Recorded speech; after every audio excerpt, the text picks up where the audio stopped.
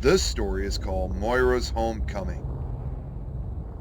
Richie and his new wife Moira were just married and expecting a baby. After a short honeymoon in the Finger Lakes, they were driving to Moira's hometown of Leicestershire. Her mother Edith was a midwife and they wanted her to deliver the child. "Richie, before we get to Mom's, I want to introduce you to my daddy," said Moira, who sat in the passenger seat rubbing her belly. Richard and Moira had met the previous fall as students at the university, which just sat across the river from Leicestershire. He was a grad student and she was a sophomore. Despite the proximity, Richie had never stepped foot in Leicestershire. They crossed the river and drove into town. Little mom and pop shops dotted through the thoroughfare, a sharp contrast to the abandoned storefronts Richie had grown accustomed to seeing upstate. "Turn left at this light and pull into the parking area before the chapel," said Moira. "We'll get out and walk up." Richie parked and helped Moira out of her seat. She had a little trouble getting the seatbelt off over her swollen belly. He held her by the arm and helped her traverse the gravel path that led to her father's grave. "So we're looking for a mausoleum, right?" said Richie. Moira hesitated before shaking her head. "No, we moved him from the mausoleum and buried him." The way she hesitated made Richie recall what happened at the county clerk's office the week before while applying for their marriage certificate. Moira wasn't 22 as she said she was. She was 24 and actually a year older than him. They exchanged terse words. Things got so heated that the clerk had to ask them to keep it down. They walked further into the cemetery and Moira paused. She wobbled and told Richie she felt lightheaded and wanted to go back to the car. Richie sighed.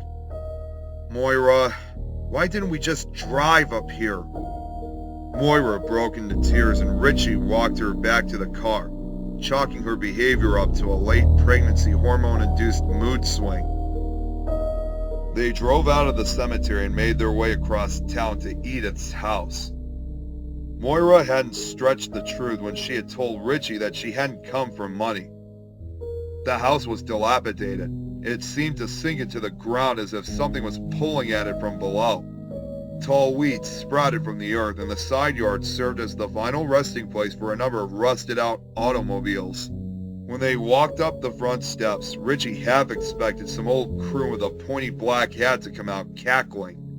Instead, out walked a woman with Moira's hazel eyes and welcoming smile, albeit a decade older than he had expected.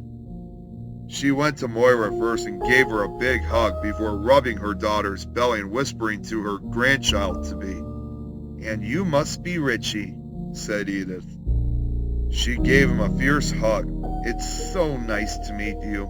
We have big plans for you and our daughter." Richie and Moira followed Edith inside and sat down for a lunch of roast beef and potatoes.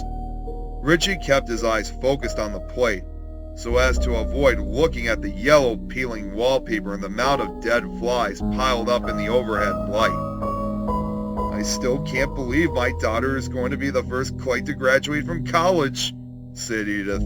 "Just 2 more semesters, right, dear?" Richie looked up from his plate and swallowed a mouthful of potato. 2 more semesters? He looked at the woman quizzically. He knew Moira was nowhere near completing her degree, but his query went unanswered. "I'm so happy to have my Moira back home. It's been so long. I can't wait for all 3 of you to live here with Sybil and me. Oh, it will be wonderful." Richie stopped chewing and looked at his wife in a way that said he was more than irritated. "You two finish up and I'll go wash the dishes," said Edith. She went into the kitchen, leaving Richie and Moira alone. "What the hell is your mother talking about? Does she actually think we're going to live here?" With a hint of disgust at the prospect. Moira looked like she was on the verge of tears and wouldn't make eye contact with her husband. Richie, having had enough of her lies and half-truths for the day, got up and left. "Richie, wait!" But he was already out the door and backing out of the driveway. He gripped the steering wheel tightly and sped away from the house, not sure where he was headed. His parents lived 4 hours away in Vermont. and the lease on his apartment had ended at the beginning of the summer. He and Moira talked about finding a place near the university, and he had applications out at a few of the local private schools in need of English tutors. Realizing he couldn't just drive aimlessly for hours, and that he had been barely able to swallow food in that nasty excuse for a dining room, Richie stopped at the Broadview Diner, just past the cemetery.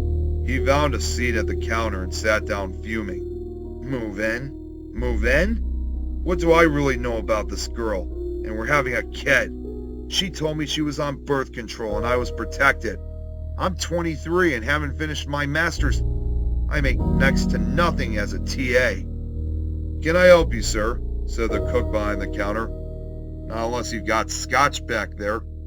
Richie gave a half-hearted grin. The cook laughed and handed him a menu. I wish. What's the matter, fella? Woman trouble? Yeah, my wife Moira is driving me.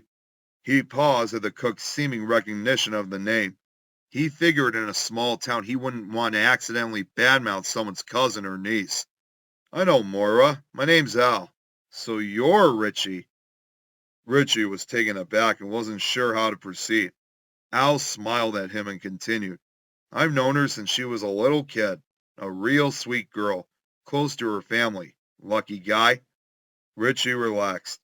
We probably should have gotten to know each other better before we rushed into this. No woman is going to tell you everything up front, buddy. That's just the way they are. Al smirked at Richie. Outright lies, though?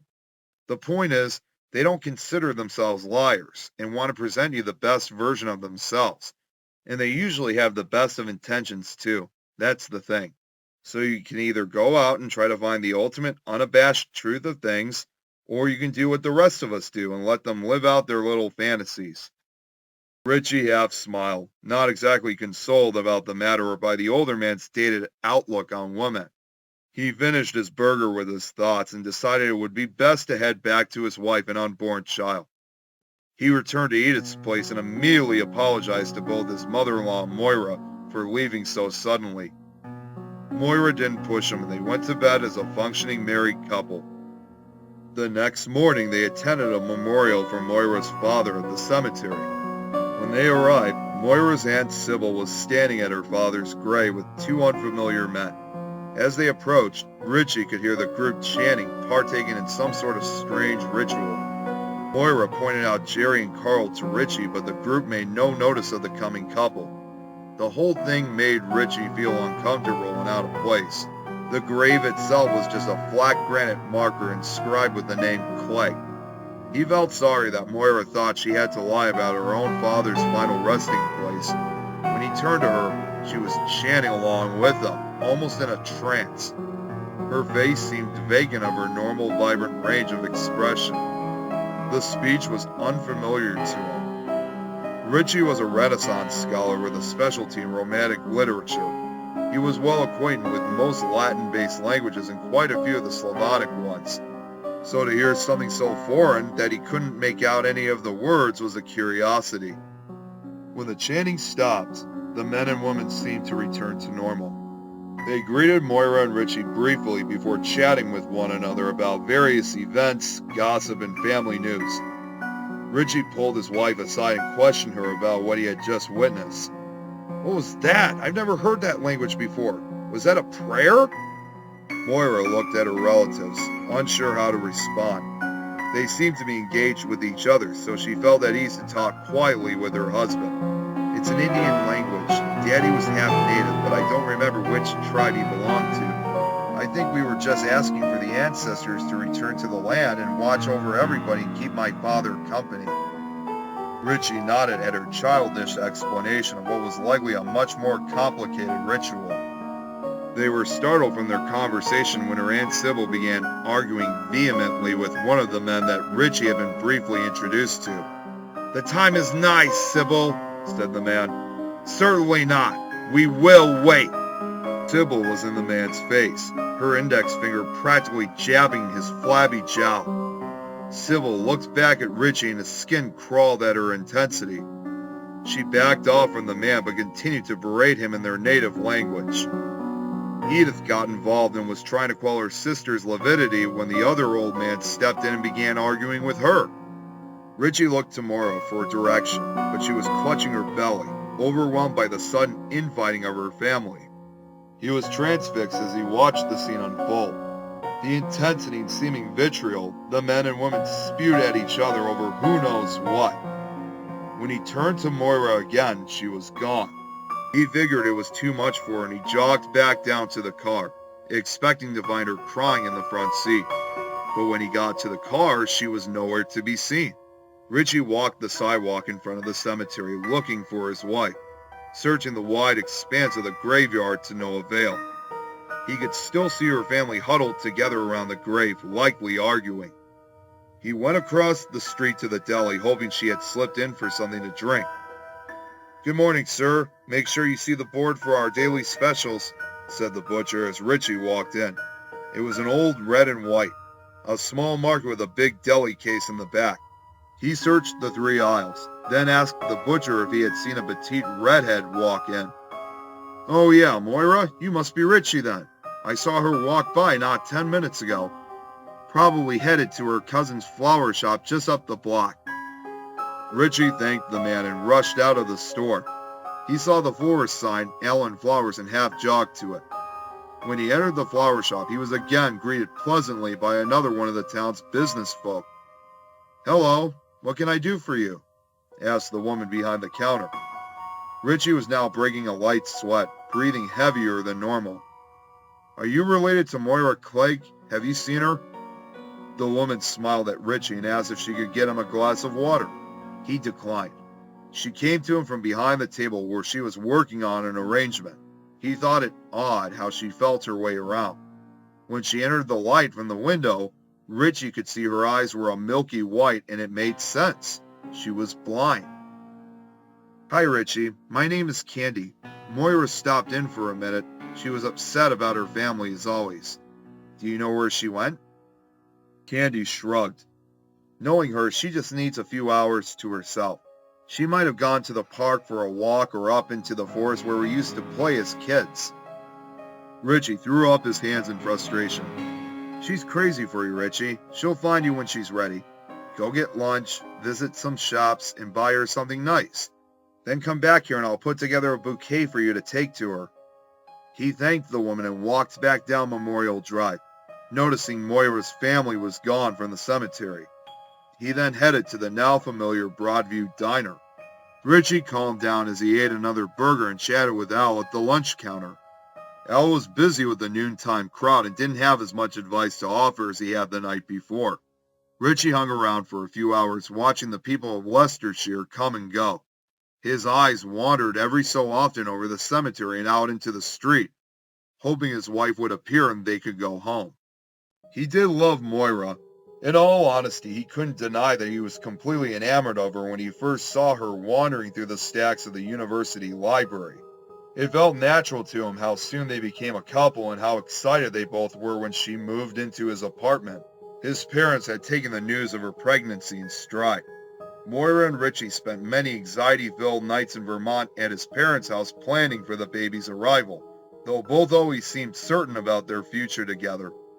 Richie said he was off to find his wife and shook Al's hand. He wandered the rows of stores which were beginning to close. There was a woman's boutique that looked like it might have some things Moira might like, and he went in. The owner showed him some purses. She too knew Moira. Richie returned to his car and drove to Edith's house with the new purse he had purchased for Moira. His heart dropped when he discovered no one was home. He drove around town. It was nearing sundown and he didn't quite know what to do, but he recalled Moira's cousin's offer to make him a special floral arrangement. When he got to the floral shop, it was closed. He sat on the curb out front thinking. He remembered Candy had said Moira liked to walk the park in the forest. Obviously, the park made more sense for a woman who was expecting to give birth within the month. So he drove down to the nearby park, but only found a few kids playing basketball. "Hey guys, have you seen a pregnant redhead around?" They shook their heads. "Is there a place up on the hill in the woods where people hang out?" Richie asked, pointing toward the forest northeast of the cemetery. The young teens looked at each other. Then one of the older kids stepped forward. Yeah. The kid hesitated before continuing. Just go to the top of Richard Street and keep going. Richie thanked the kid and hurried back to his car. He thought about a depressed pregnant Moira wandering the forest at dark and tore up the road from the park. The street ended at an intersection with another road running east to west. He wasn't sure what the kids had meant by keep going, so he parked his car and entered the woods at the T. It took him a few minutes to find the small trail in the underbrush at dusk, but there was certainly a well-used path to follow into the forest.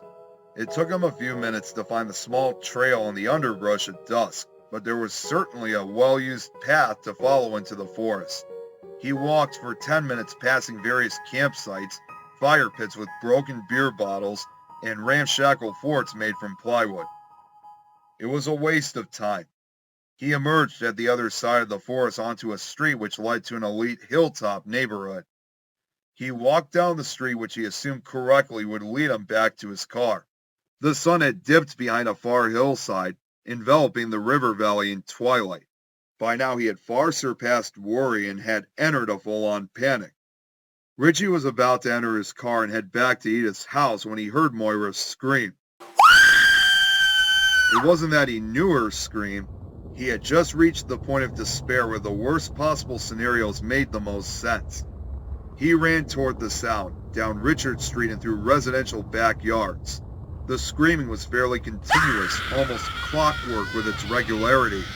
He dove into the underbrush and raced through the forest on a path he assumed would lead to the cemetery. He saw a faint flickering light through the trees and ran toward it. The screaming grew louder as he emerged into a semi-clearing. A group of hooded figures in dark robes surrounded the source of light. They parted when they heard him emerge from the bush. That's when he saw her, and he himself shrieked at the scene. Moira was naked, glistening with sweat, splotched with blood, and held down by two hooded figures on a stone slab. Man and wife looked into each other's eyes as they both unleashed terror-ridden howls. Three of the hooded figures held Richie back before he could enter their circle. "What the hell is going on? What are you doing to my wife? Moira!" He was clubbed unconscious from behind. When he came to, he was lying in an earthen ditch, the hooded figures standing over him. He was drugged and couldn't find words to speak as the images above flickered in the firelight. "That's the father," a man spoke, leaning over the ditch. Richie could make out the man's intense, seemingly demonic features and was instinctually frightened. Moira appeared by his side, now shrouded in a black robe, beaming as she held their newborn son in her arms. "Yes, that's my Richie, Daddy." She leaned down. Richie was shocked at the revelation of her father, and even more fearful of the unrecognizable wild look on her face. Other members of the group emerged and looked down into the hole. "You did it, honey." Edith was the first he recognized. She stood with her sister. He could see their hands and arms still covered in blood from the delivery. The two men from the cemetery, one he recalled named Jerry, who had been arguing with Moira's aunt, chuckled when they saw Richie unable to move or speak. The group began chanting over him, the same ritualistic verse from earlier in the day.